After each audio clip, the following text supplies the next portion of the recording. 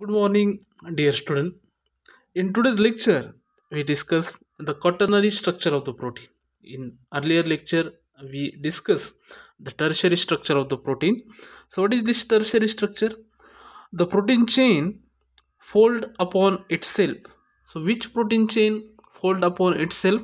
That is a protein chain with it a secondary structure, that is alpha helix and beta sheet, are folded itself to give the resulting three-dimensional shape of the protein molecule. They are considered as a tertiary structure of the protein, and these folding uh, this folding allow the different types of interaction, which is we already discussed in previous lectures, such as covalent bonds, such as sulfide sulfide bond is there, hydrogen bonding is there, hydrophobic interaction is there, ionic interaction is there, van der Waals force of attraction is there. So you should remember, whenever we consider a tertiary structure of the protein, the tertiary structure is nothing but a secondary structure with hydrogen bonding within the peptide linkage fold upon itself to give the resulting shape of the protein molecule, and it having a different interaction. So what is the difference between this tertiary and quaternary structure of the protein? So you should uh, know that, or you should remember, many proteins have a single polypeptide chain. If you consider, many proteins having a single polypeptide chain, single polypeptide chain, single polypeptide chain, they are referred as monomeric protein. So they are considered as a monomeric protein. They are considered as a monomeric proteins. So many proteins having a single polypeptide chain, they are considered as a monomeric protein. The best example of this monomeric protein is the tertiary structure of the protein. Okay, the best example of this monomeric protein is the tertiary structure of the protein. And if you consider again a specific example of this tertiary structure of the protein, then it is myoglobin. So we are very much familiar with myoglobin and hemoglobin. So the example is myoglobin. If you consider, we already discussed, so the folding, if you consider the tertiary structure, the monomeric protein, a single polypeptide chain which is further folded to give tertiary structure. So if you consider, this is your alpha helix is there, alpha helix is there, then there is some turns is there, again there is a alpha helix, alpha helix is there, again if you consider, then there is a beta plated sheet is there, beta plated sheet is there, again there is a alpha helix is there, like this, and there is a different turns and beta plated sheet. So this is your monomeric protein, a single polypeptide chain. So if you consider this structure, this is your a single polypeptide chain, this is your single polypeptide chain, single polypeptide chain, and this single polypeptide chain, it is considered as a subunit, monomer or protomers. So you should remember, a single polypeptide chain, it is considered as a subunit. We can consider it is as one subunit, or monomers, or we can say that it is called as protomers, protomers. So you should remember, whatever a single polypeptide chain, it is considered as a subunit, or it is known as monomer, or it is known as protomers. So this tertiary structure, it has only one subunit. This tertiary structure of the protein, it has only one subunit, only one monomer, only one protomers. We can consider only subunit. So we are not using the term monomers and protomers. We are very much interested, we only refer the subunit. Okay, so a single polypeptide chain, it is considered as a subunit. So in tertiary structure of the protein, there is only one subunit, only one single polypeptide chain which is further folded to gives the tertiary structure of the protein. So this single polypeptide chain, it is considered as a one subunit. And we know that many proteins have a single polypeptide chain, they are considered as a monomers, and this is the example of tertiary protein. The best example is myoglobin. Myoglobin is a monomer, it contains only one subunit, only one single polypeptide chain which is further folded. So let us discuss the second important point is that protein having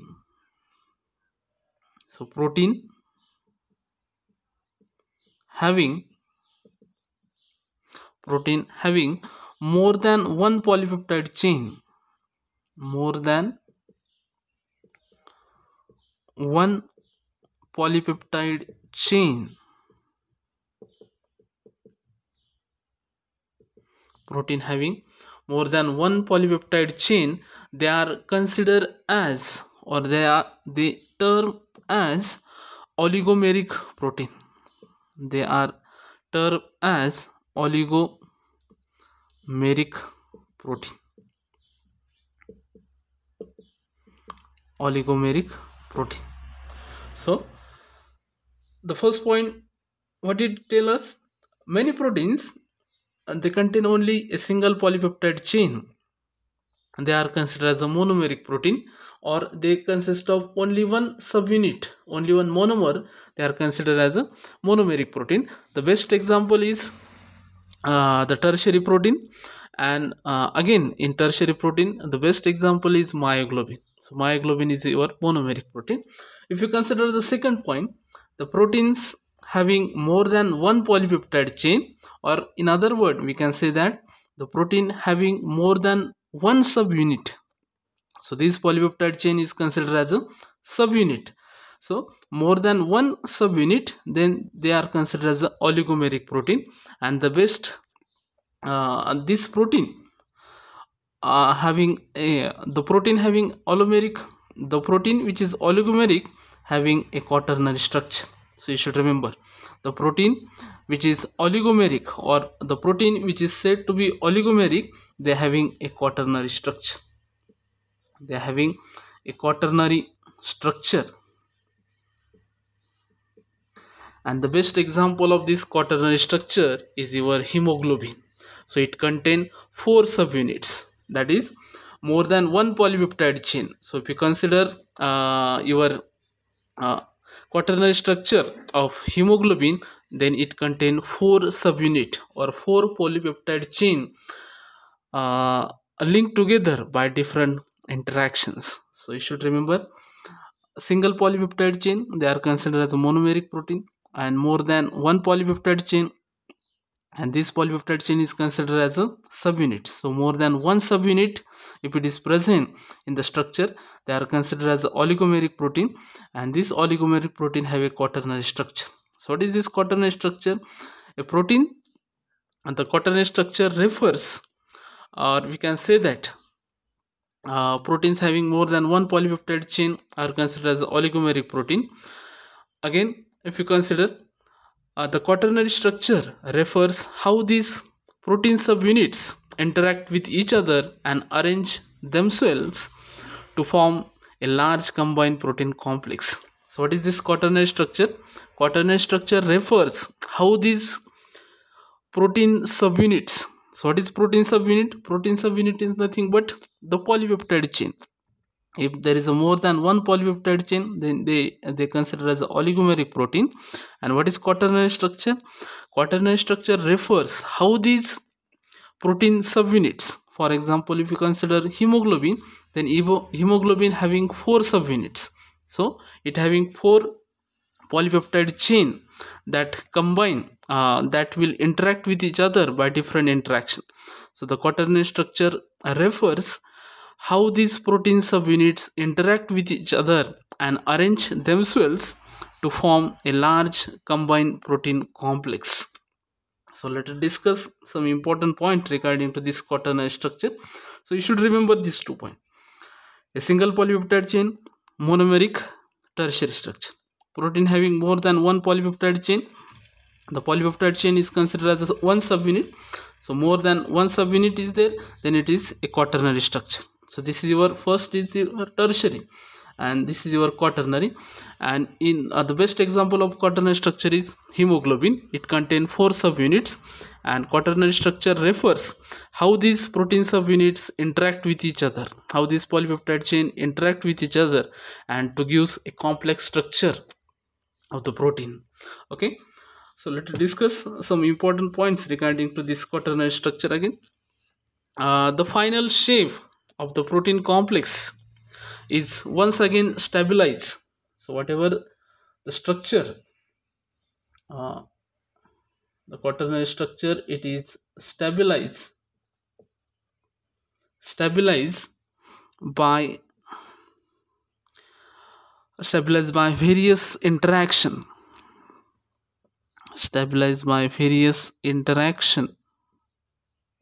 so which is we already discussed in tertiary structure. Same interaction is there. The final shape of the protein, or the final shape of the quaternary structure of the protein, it is stabilized by various interaction, including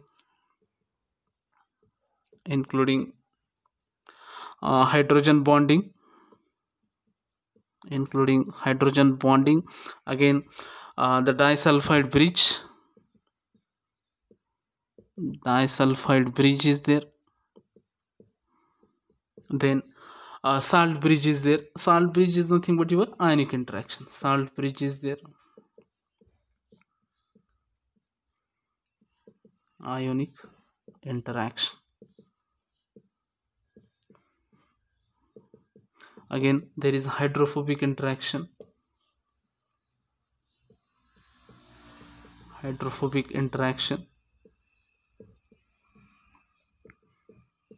and hydrophilic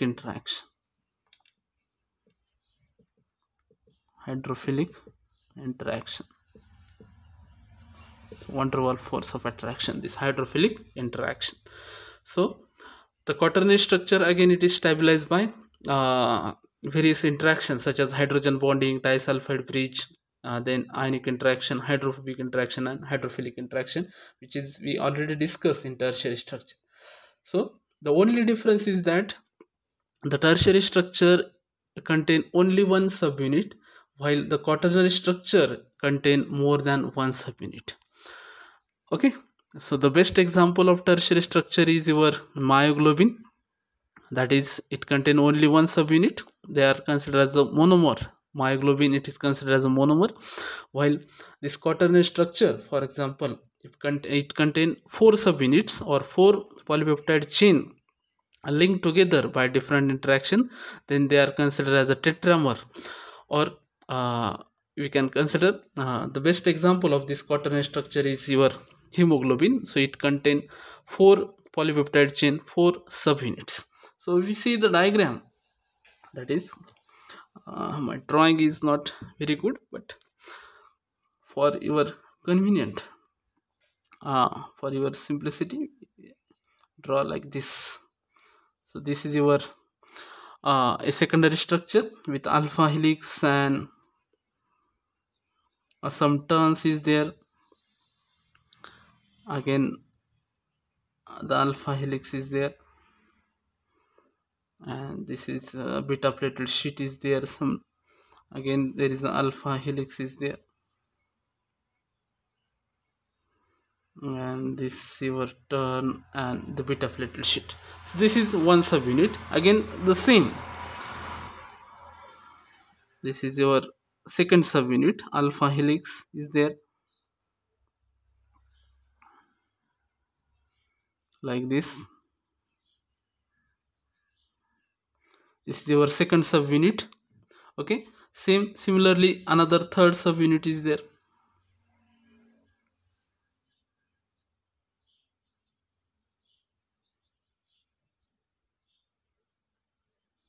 This is your third subunit. And again, if you consider